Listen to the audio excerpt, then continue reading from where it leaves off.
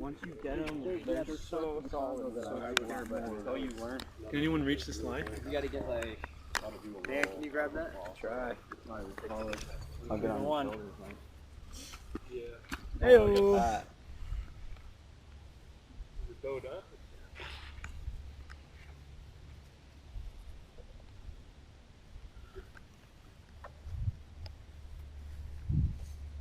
So this is something I really enjoy doing. Bouncing slip where you use the momentum of the line to propel yourself up. It's pretty effortless once you get the movement down. It's a great way to start the line in the middle, which is a really good skill to have when you're highlining, because you don't want to have to scoot back at the start every time you fall. So, Mike, you wanted to hear about my stepping? Yeah, break down do a couple steps and break down. So, one big thing that I focus on is slow transferring of weight. So I always load my front foot first and go up on my toe on the back foot. And until most of my weight is on my front foot, that's when I'll step. And it's always a slow transformation of weight. Because I see a lot of people stay pretty flat-footed in step. I feel like that's bad form. It's much more stable when you have a smooth transferring of weight from your feet. Are you concerned about that transfer when you're placing your back foot in front? The transfer of weight? Right there. I'm still fully on my back foot. And just beneath my, I don't know what the part of your foot is called, the ball of my foot, I guess. That's where I'm touching the line only on this part of the foot. And then I'll put the heel down, and then that's when I'll start loading my foot. So I'll search for the line with the ball of my foot. Do you feel like you're putting equal weight in the heel and the front ball mount? And that's with when all the weight's more or less on that front foot right now? Yeah. Are you think about it? Right now, most of the weight is still on the ball of my foot. Okay. And my front foot. Both feet, actually. You can see both my back foot has just the ball in contact with the line. But also my front foot, most of the weight is still on the ball of my foot. And the heel is just kind of there to stabilize. And I also find that a good looking position is about 20 to 30 feet in front of you. And that's more in line with the proper posture of a walking upright human, is to have somewhat of a downward glance instead of up. Especially on a loose line, when you get towards the anchor, you have to start looking up, and that's terrible for your posture, your back posture. You don't want to be arching like this, or sticking your butt out. You want to have a very straight back, very upright, just like you're walking down the street. Do the same thing if you're like over a canyon? Yes. I'll try to find something beneath the anchor, some sort of shadow, some contrast, so I can see the line move against it, but still have the proper posture, the upright posture that you're supposed to have when you're walking. So when you started back there, was your gazing point still 30 feet ahead? Yeah. Okay. So talk to me about your knees. My knees?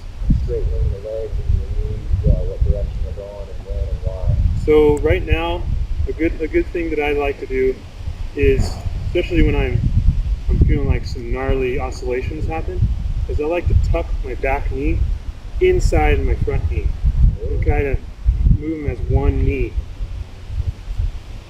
And that allows me to lower my center of gravity really easily and do all of my balancing with my arms. You make like one leg. Yeah, exactly. Wow. And my head always stays above the line. Your head shouldn't be moving. In highlighting in general, is it sometimes if I'm staking on a low line, I'll just get all 3 points of contact and put the air out. Yeah, Is that yeah. not something you would do? On shorter lines, that works really well. But on a long line, you have some secondary reverberations where if you shake, it takes time for it to get back to you. And that's really hard to deal with when you're just 1 foot on the line. Yeah. That's definitely something you would do. Yeah, definitely on like 100 foot lines or less, it's a great stable way to stand. But on this playing field, Yeah, you want to have Back as up. much in contact with the line as possible. 2 legs are stronger than one.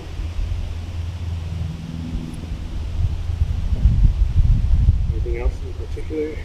Do you ever use bounces to your advantage? Sometimes I feel like I can't get a line to stop moving side to side. And Yeah. as soon as I give it a little bit of downward pressure, it's straight up and down. Yes, for sure. Yeah.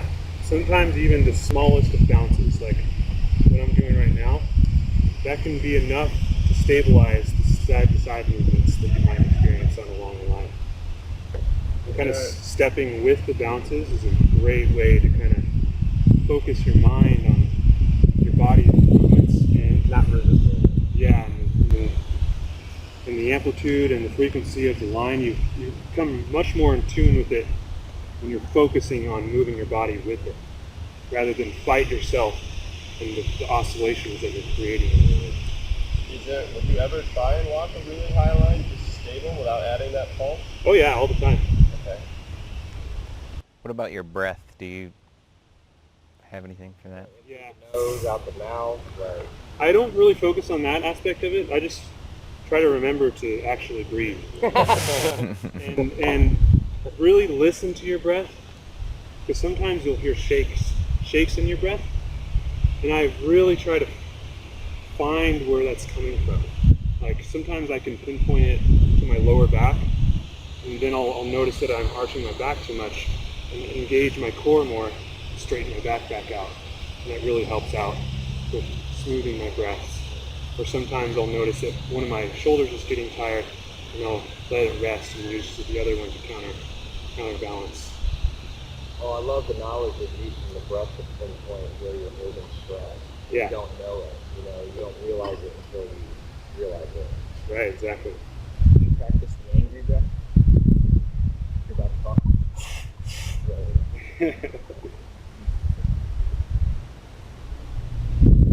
So if you do feel a side to side wobble, what's your first go to is to do the knees together? Yeah, and just Start bouncing if you had to, or so one what's your order thing of operations? One thing to realize is, if you look at all these lines, they're relatively still with nobody on them. And so those side-to-side oscillations are caused by you. And so the first thing you need to do is stop you. Just relax. Stop moving for a second and let the line chill out. Just count to 2 even. 1, 2. Without any sort of reaction or movement from yourself. And that will be enough most of the time to stop all the movements in the line, because you yourself are creating everything. And that's something that I try to focus on and try to remember when I see a big wave happening in the line. Like, oh shoot, that's from me. So I'll just chill out for a sec or 2. So rewarding making that observation. Yeah. Like, oh, okay. I'm doing it. It's a life lesson right there. Yeah, right? And any stresses you bring with you on the line in your life or whatever, they can't really necessarily bother you. Yeah. Yeah, it's not possible. Yeah. You like walking down slope or up slope? Better. Down. Really? Yeah. I think I like up more. Really? Yeah. It always is weird for my posture walking up. It's hard for me to keep a straight back.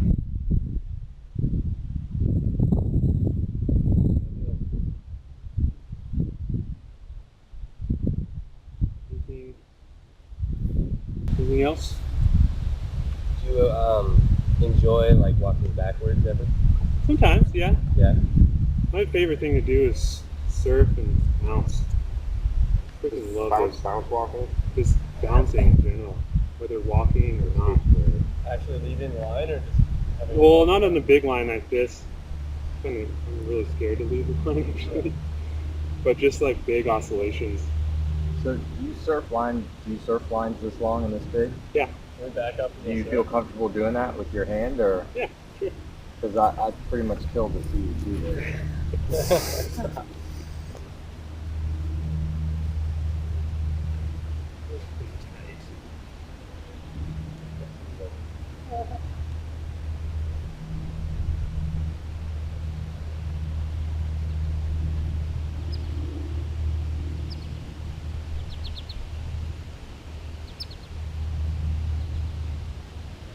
Yeah, dude.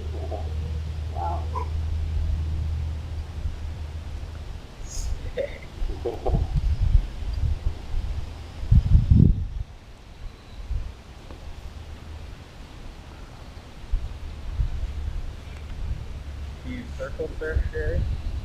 Yeah. Are you pushing it one way or the other with each step almost? Yeah, the steps kind of power the surf in that one. Generating this from your foot or your hips?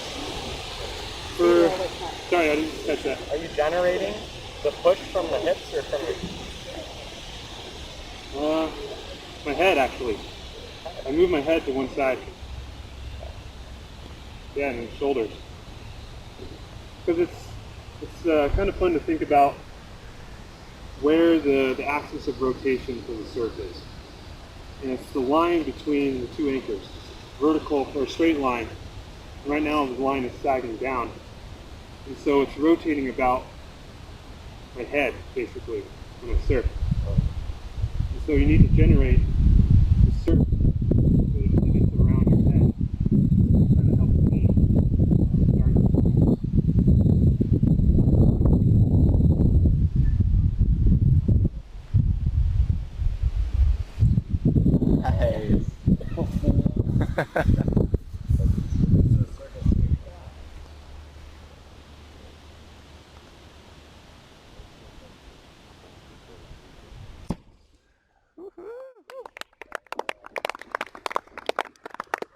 So fun.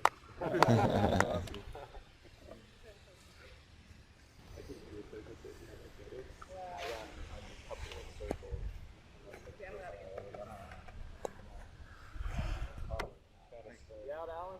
Yeah, I think you're going. My pleasure, man. It's a lot of fun. Yeah, right on. Awesome. As long as it goes. Yeah. Take care. Thank you for that. For sure, man.